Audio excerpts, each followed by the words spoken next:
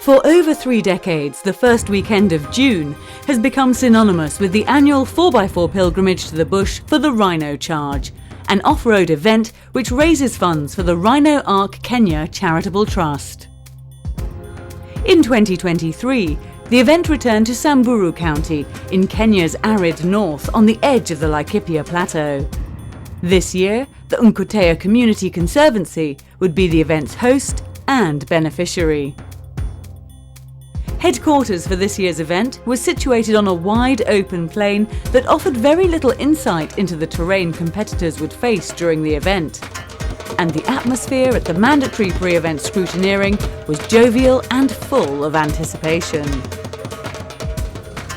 This year, the organisers introduced a new class for the super-modified vehicles, which separated purpose-built machines from those that have been modified from a recognisable car, and the almost standard unmodified cars. A quick look at the underneath and you can see the difference between the classes.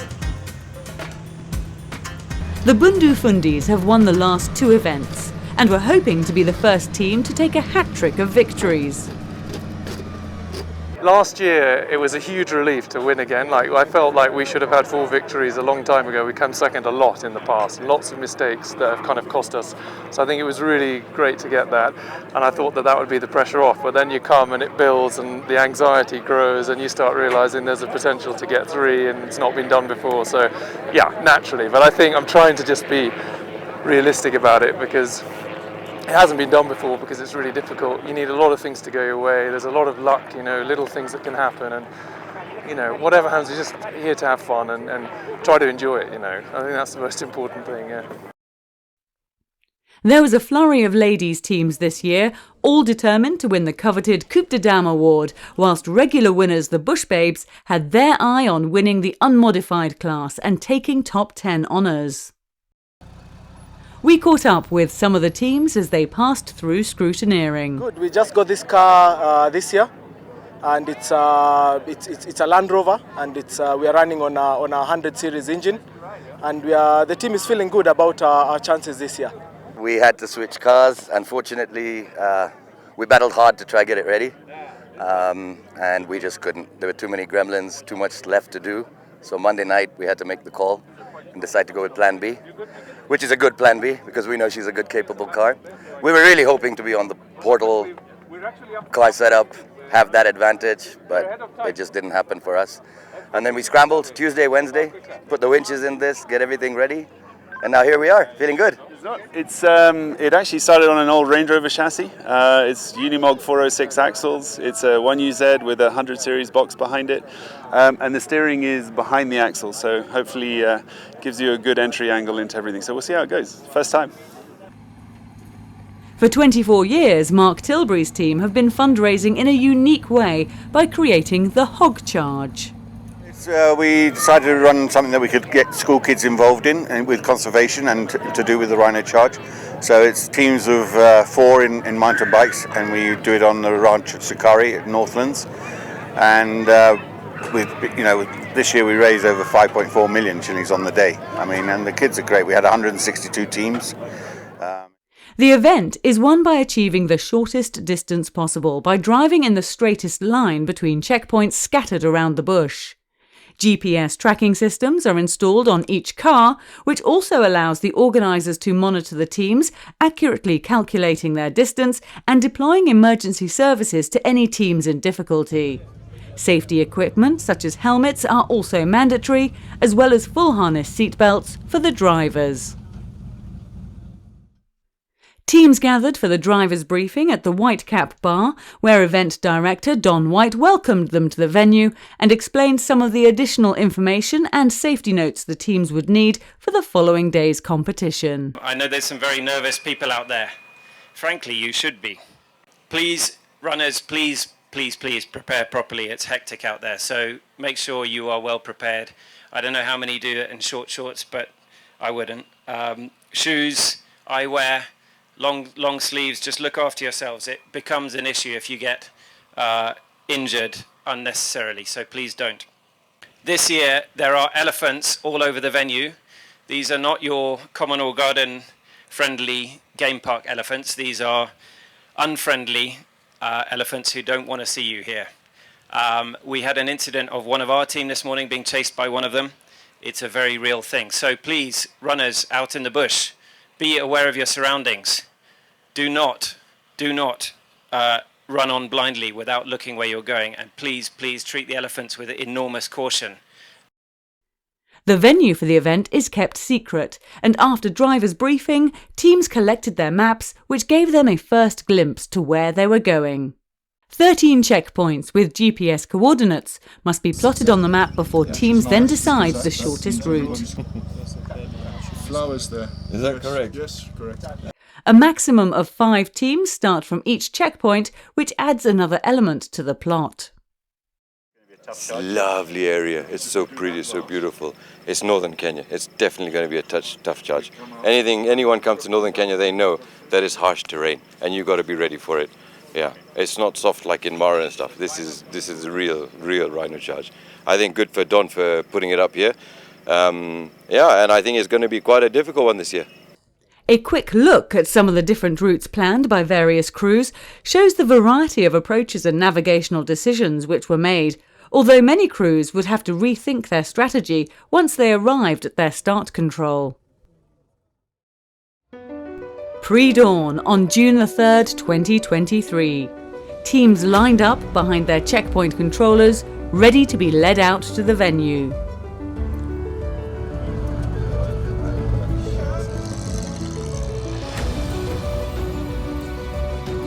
Crews quickly realised that this year's terrain would be extremely challenging and some rethinking and recalculating would be needed.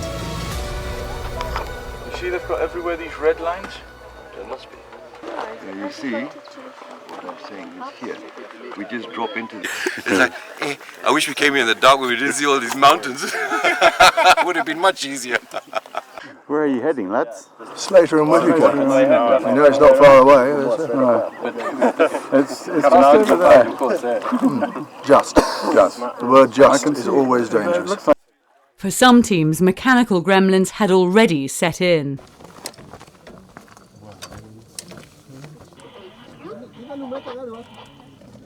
This year welcomed Motorsport Supremo Jean Todt in his capacity as the UN envoy for road safety, who was on hand at Mantec to flag the teams off at 7:30, as the start is broadcast across the venue. 2, 1, go!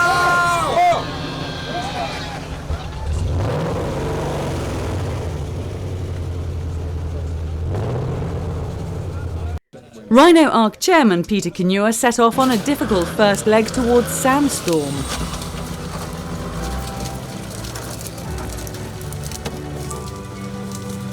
Team 5 were on a different strategy as they headed off towards Satao, demonstrating how teams interpreted the map the night before.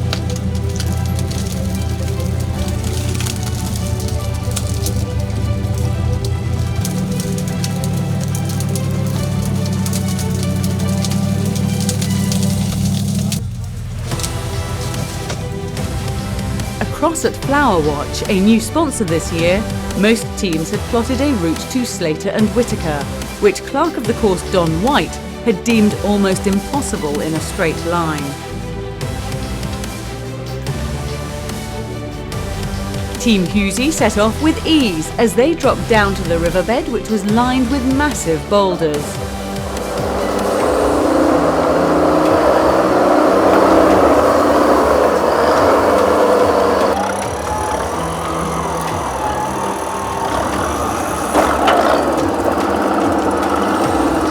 The straight line was up an almost vertical slope to a rocky outcrop which would need to be traversed in order to reach Slater. Not ones to turn down a challenge, they soon set about opening up an incredible route that had been deemed impossible. They would win the Tiger Line in the process.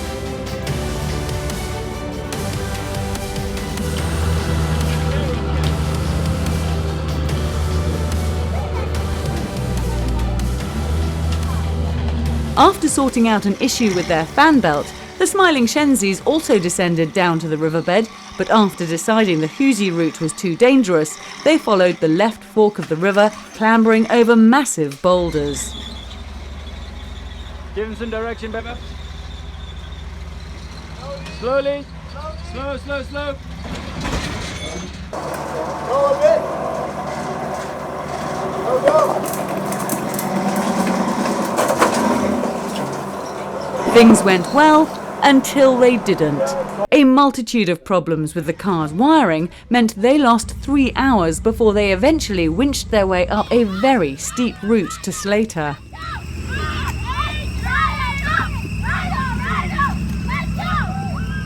Back at Mantec, the first teams from other controls were making their way into control. Team Taz fought their way up the hill into the control from Satao. This year would be hard work for the runners, who would need to scout far ahead to avoid the many hidden obstacles and traps between controls. The predominantly French crew were happy to be met by Jean Tot, who was taking a keen interest in this unique motorsport event. Team 26 were also coming from Satao and were grateful to have a long winch cable as they worked their way through the thick bush.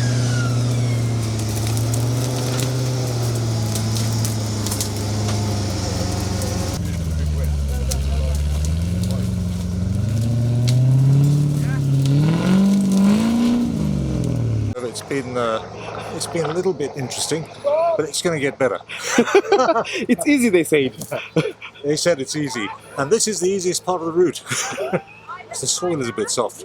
Our pressures are a little bit high, but we'll be fine. Cool. We're going to let out all our pressures very soon. Team 57 were already in trouble and were seen winching their car in reverse as they made their way to Mantec from their start point at Aquamist. Regular winners in previous years, Team 42, were coming from Copycat and powered their way into the control. We came pretty straight, pretty good. Hard, but fun. Proper donger at the bottom. Took a bit of aggression, but it was fun. The crowfly distance this year was under 25 kilometres, depending which way the course was tackled, meaning controls were close together, but just 1 kilometre could take an hour to navigate. This was one of the most difficult events to date. The first teams were arriving at the gauntlet. This is a competition in itself, where crews must find the shortest distance between KWS, Auto Express and Toolcraft. The overall distance is then multiplied by a factor of 3, meaning any deviation from the straight line would be costly. New to the event was the Red Bull Arch, which marked a GPS coordinate on the map. This was situated near the gauntlet, but was not a part of the gauntlet challenge. Crews that passed through the arch were given a 500-metre deduction on their final distance. Team Carzone came directly to the gauntlet from their start at Tyre World and were opening a route from Toolcraft to KWS, tackling the course in a clockwise direction.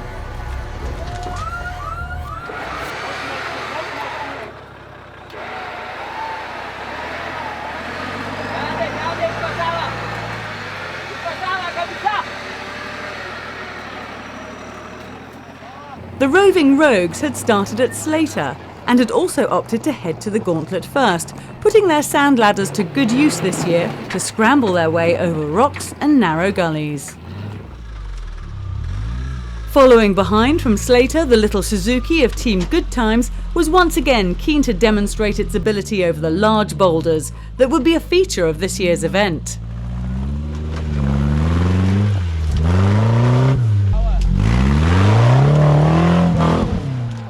Team Choms appeared to have underestimated the depth of this gully as they approached from Tyre World, but after filling up the gap with rocks, they were soon on their way and having a good charge.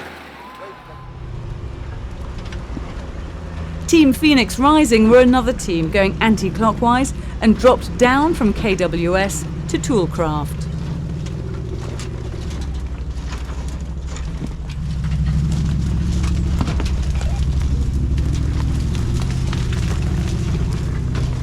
Car number 1 chose a different route through the gauntlet, opting to go from Toolcraft to Auto Express, which involved winching up a steep rocky ridge. This gave them the opportunity to take in the Red Bull Arch, taking 500 metres off their distance. The charging hippos followed the same line up the ridge as they approached Auto Express from Slater.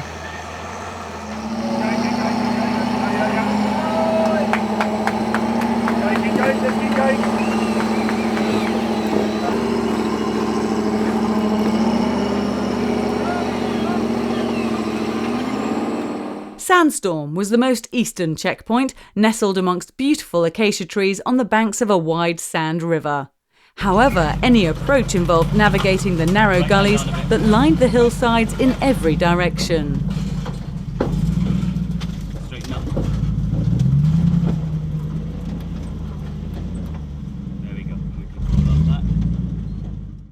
The Barbars were sporting a new colour scheme and hoped to keep it on all four wheels as they set off on their first leg towards Satao.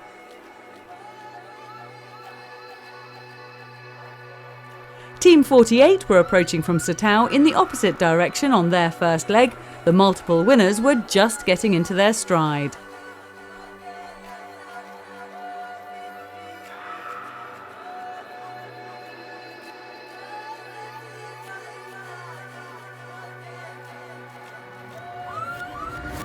More so than in previous years, teams would use the roads to cut and run in an effort to reach all 13 checkpoints in the allotted time of 10 hours. However, using roads excessively, which is defined as a 10-metre wide geo-fenced corridor from the centre of the road, could result in penalties, which included loss of a checkpoint if more than 10 kilometres of road was used. Back at Flower Watch, the first teams from the other checkpoints were starting to arrive to tackle the Tiger Line to Slater. The Bundu Fundis were making their way from Tyre World, having dropped down off the escarpment into the valley before having to climb back up to Flower Watch.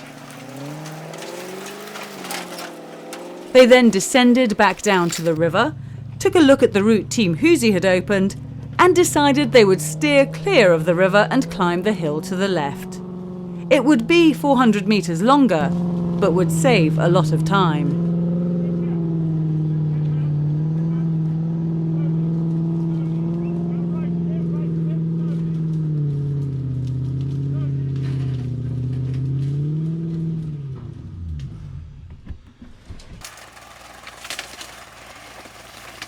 The Low Rangers weren't deterred.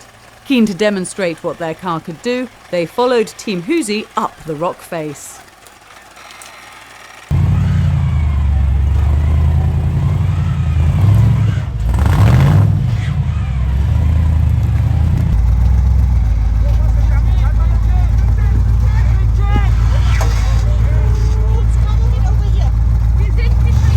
As they traversed around the top, they were lucky not to roll down the valley.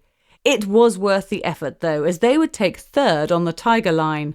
They met the smiling Shenzis at the top, who had finally managed to winch themselves out of the river.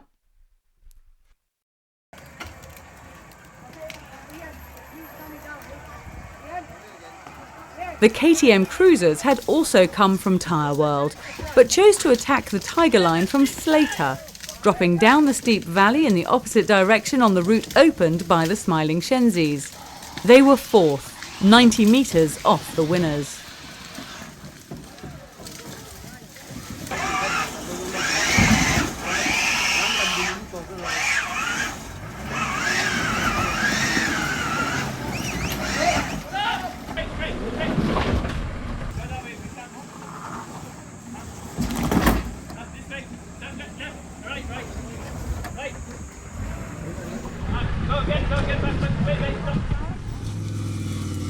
There was plenty of action over at Aquamist as Team AK-44 approached from Mantec.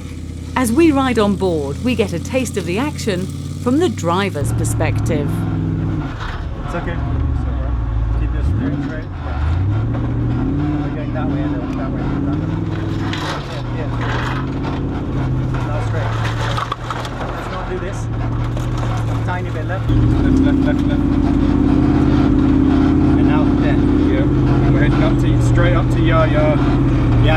I think we want to. Maybe that bush that's laying over, just to Marco's right. I think we head for that because we missed there's rocks all along there, so I can't really see. Team 26 were approaching from Copycat, and once again were having to work hard to get over the rocks.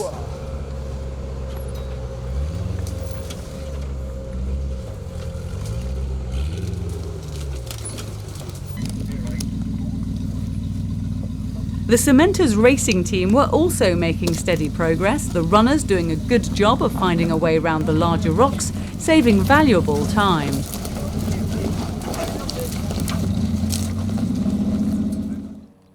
Mechanical gremlins were taking their toll on the cars as the ambient temperatures began to climb as the morning wore on. Bumps us way up there. We've got to go for it. You know, everyone's had a tough charge. The last checkpoint we were at, where like nobody else has come through done 5 with 5 left. With 5 left? Yeah, we had 5 left. The girls in Pearls were enjoying their scenic tour of the venue in their beautiful old Land Rover. This team are long-standing supporters of the charge, here to have fun and raise funds for a good cause. They made it around to all 13 checkpoints, but were penalised the maximum of 5 checkpoints for using the roads.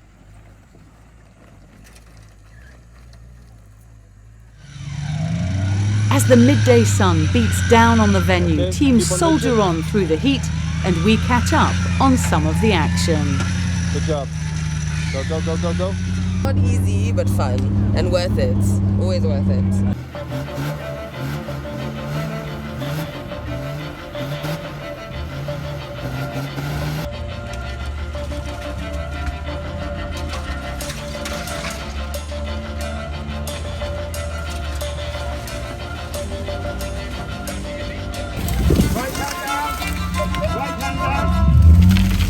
That's it. Right hand down.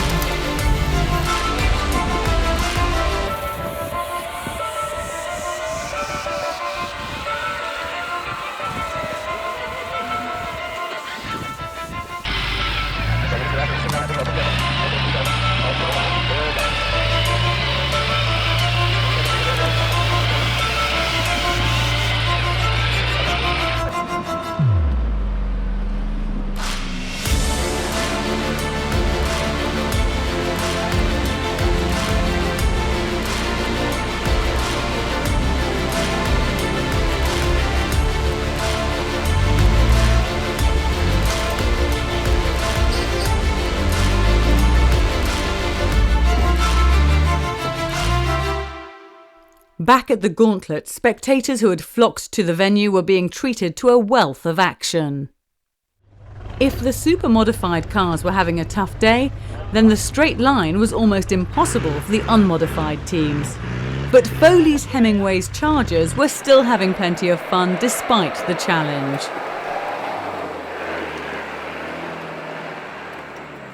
Team 39 ended their charge at the gauntlet in 2022, but were having much better luck this year as they successfully winched their way up the ridge.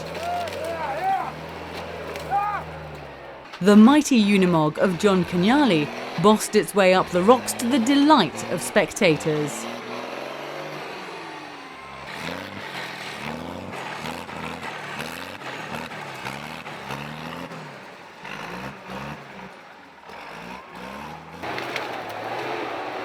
Car 23 followed up the same route, but it wasn't quite as simple.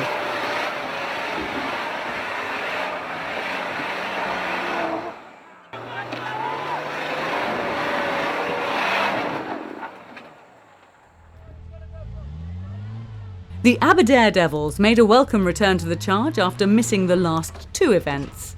Their day was made all the more challenging by having a steering that was largely unresponsive and getting progressively worse.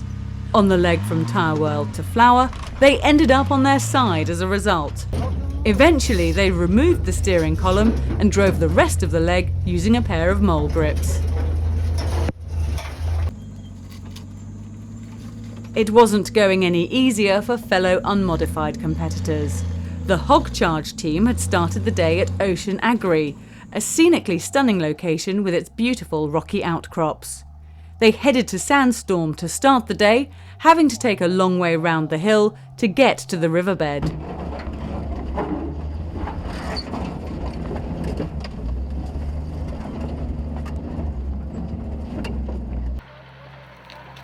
Team Rhino Sirius were enjoying their 10th charge, now seasoned veterans. A skillful combination of straight lining at time saving meant they were making great progress.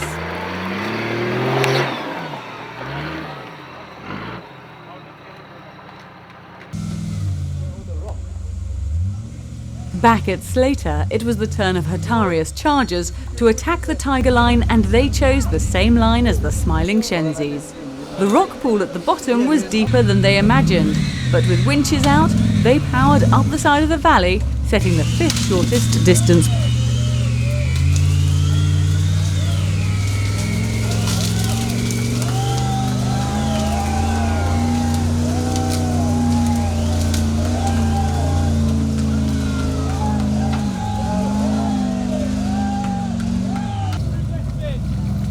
Team 5 were another team that opted to follow Team Huzi, and Alan McKittrick's mighty machine was up to the task. The difference at the top was just 29 metres.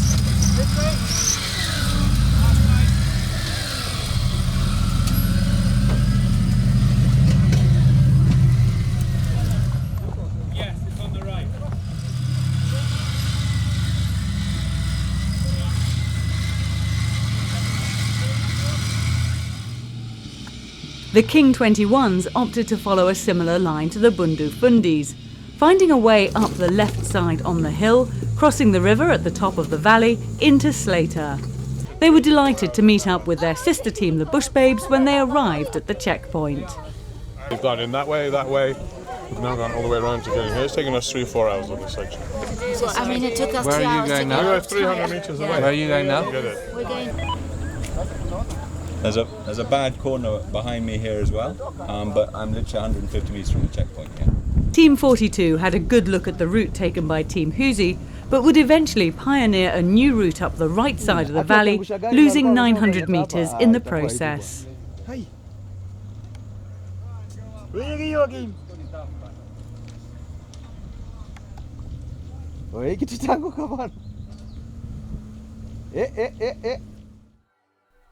The panorama from every control was breathtaking, but new sponsors Ocean Agri had their checkpoint situated under the base of an impressive kopje.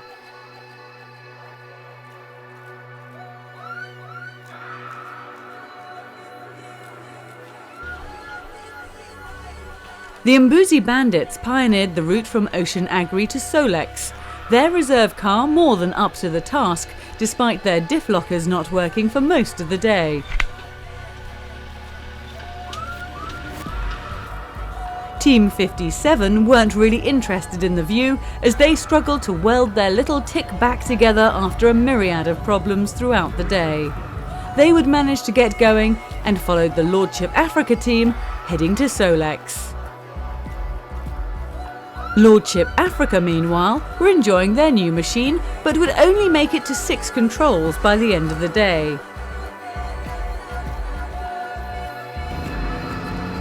The competition was hotting up at the gauntlet as the big boys began to arrive. Team Huzi were feeling confident after their assault on the Slater Tiger line, but would only get 3rd on the gauntlet, missing out by just 8 metres.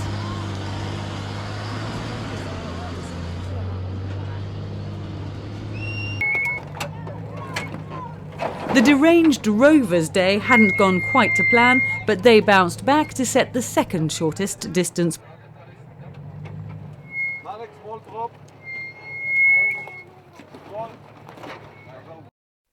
Over at Solex, the pressure was mounting as teams moved into the afternoon and the hours began to melt away. We have all the brigadiers firing on all pistons. Rob is in form. I've only flipped it once. We're doing good. AK-44 left Solex and headed towards Ocean Agri and then on towards Sandstorm. Despite spending a short time on their side, they were heading towards a good finish.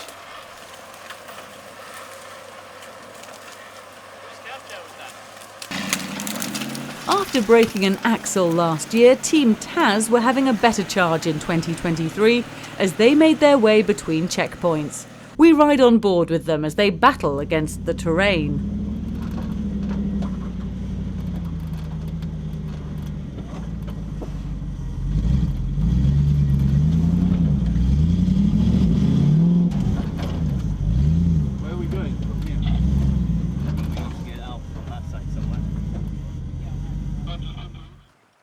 Team Oli Choda have often been in the mix for overall honours, but this year they would only make it to 7 controls.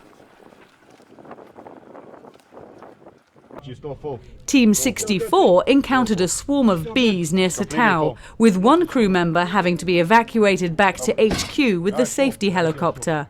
They soldiered on with a skeleton crew once they managed to get back to the car. No, winching down, and the bees attacked us. Then the winch cable snapped, and we all ran in different directions. Where was that? Matt, where are the bees? Just on Satao. Let's come out of Satao, going down the hill. After losing 3 hours on the Tiger Line, the Smiling Shenzi's new finishing would be a tough ask, and instead focused on the Gauntlet and the Tiger Line between Ocean Agri and Sandstorm. They took victory in the Gauntlet. And later, despite falling into a large hole just before the control, they would also win the Tiger Line to Sandstorm. Team 5 were also keeping to the straight line as they made their way from Toolcraft to KWS.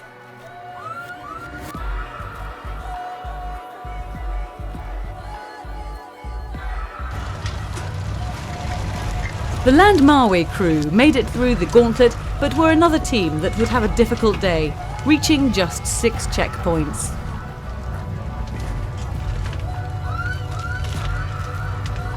Similarly, the Roving Rogues had chosen to cut and run, losing over 9 kilometres in penalties, which dropped them down the order to 9th overall, missing their final checkpoint for the day. Yeah, it was pretty tough out there, but we're getting there.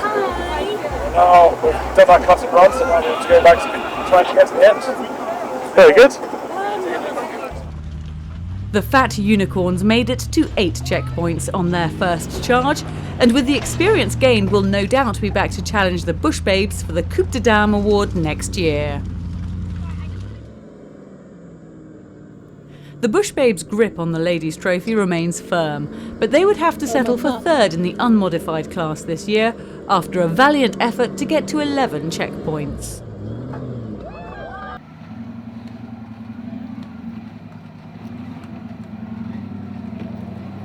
The battle for honours in the unmodified class came down to who could reach the most guard posts. Remarkably, John Bowden and his Gumtree 4x4 team managed to reach 12 checkpoints. Not only did they win the class, but they also finished 7th overall. Come. Right hand down.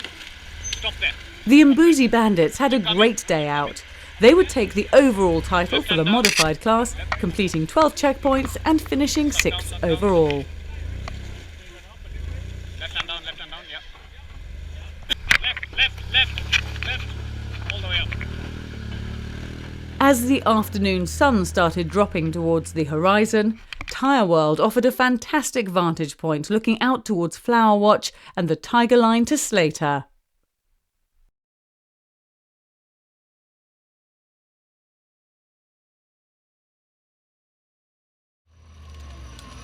Despite being behind on time, Team 1 continued to do some impressive ascents. Going nice, Mike. Determined as always not to cut and run, they eventually made it to 10 checkpoints and finished 19th overall.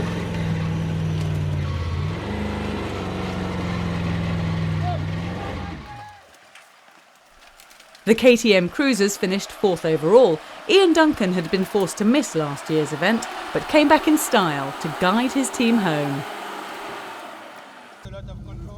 Team 5 finished 3rd after some impressive straight lines, but had to use more than a kilometre of road to catch up on time, costing them the win. Despite not going as straight as they would have liked and taking a more cautious approach, the Bundu Fundis finished 2nd overall. They missed out on the hat-trick, but showed why they're multiple winners. But there was no matching Mark Glenn and Team 48 this year. Incredible lines, good time management, and even more remarkably, no road penalties as they took 6th place with a winning margin of 2.1 kilometres. They would also win the super modified class. This year, the Girls in Pearls, led by Teresa Sapia, won the Spirit of the Charge award. After pulling Team Kifaru Kwanzaa's much bigger car to a checkpoint, they came to the rescue of the Roving Rogues. One team member was in medical distress, and the ladies stopped to assist, using their emergency button and taking care of the runner until the ambulance arrived. For 27 years, they've continued to support the event and are much loved and respected members of the Charge family. The Charge is a competition at the end of the day, and winning it remains the realm of just a few select teams.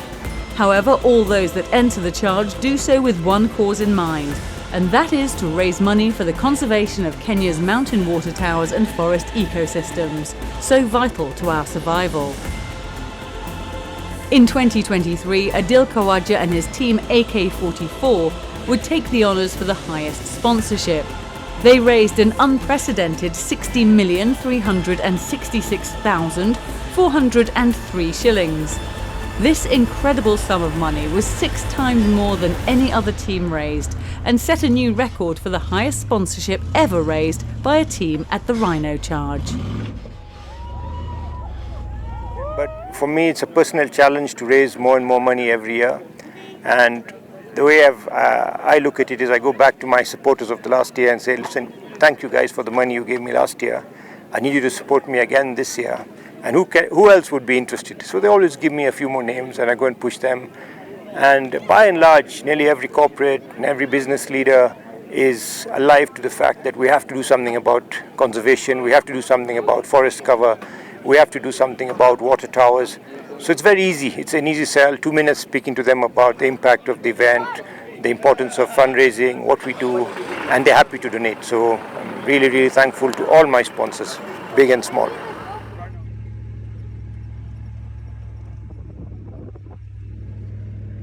As the sun set on another glorious event, there would be plenty of chatter and tales of heroism over a cold whitecap or two to celebrate or commiserate, whichever way the day had gone. Well, someone told me there's only 4 finishes, so I mean it's good to be back. There's a lot of people probably sleeping the night on the course.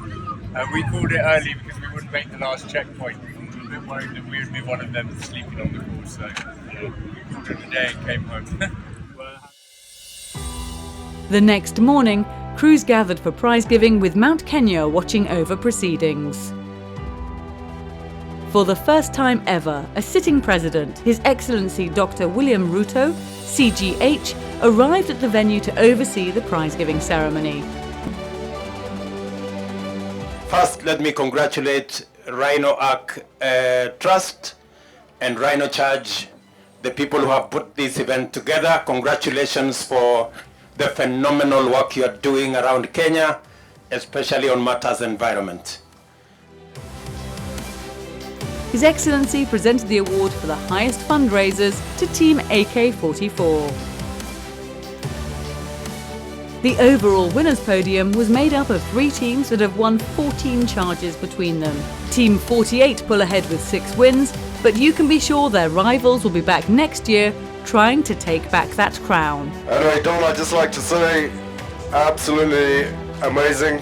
The venue was, I think, all that you told us about, and I think it's one of the first Rhino charges where you just couldn't go straight on some of them. There was no way to go straight. So, well done on that. The unmodified guys, I mean, we saw a couple of teams up in the rocks, and full respect to them. How they even got out of there, I'm surprised they're not still there. I'd like to, it's probably not too good for you guys, but sorry about not winning your third Rhino Charge in a row. So the hat trick didn't happen, boys. You'll have to come back next year. And to my team, absolutely amazing. Yeah, bunch of legends. In keeping with the ethos of supporting communities where the Rhino Charge takes place, this year the Nkoteo community received 5,317,000 shillings from the land access fee charged to all vehicles entering the venue. In 2023, despite the downturn in the global economy, Rhino Chargers, through the support of sponsors, friends and family, managed to once again surpass expectations, raising just over 171 million Kenya shillings for the Rhino Ark Kenya Charitable Trust, an organisation set up to safeguard Kenya's mountain water towers and forest ecosystems. They may already. Rhino Ark continues to expand its projects both on the Mau ecosystem as well as working with communities to expand reforestation projects and education programs in schools. In partnership with donors and Kenya government institutions, in 2022, Rhino Ark began to work on the first 15 kilometres of the Kakamega fence line, an ambitious project to protect the last remaining rainforest ecosystem in western Kenya. Whilst new donors and partners join in the fight to save Kenya's forests, funds raised by the Chargers will be used primarily to fund the maintenance of the legacy fence line projects on Mount Kenya, the Aberdares and Iburu. For more information about the amazing work the Rhino Ark Kenya Charitable Trust is involved in, please visit their website, rhinoark.org, and don't forget to follow them on social media for the latest updates. The dedicated team of volunteers that make up the Rhino Charge organisers are once again on the hunt for a new location. For 2024, they will be taking charges to another stunning part of Kenya while supporting local communities and conservation areas that are vital to Kenya's future. As always, the location will remain a secret until the very last minute. We'll see you there.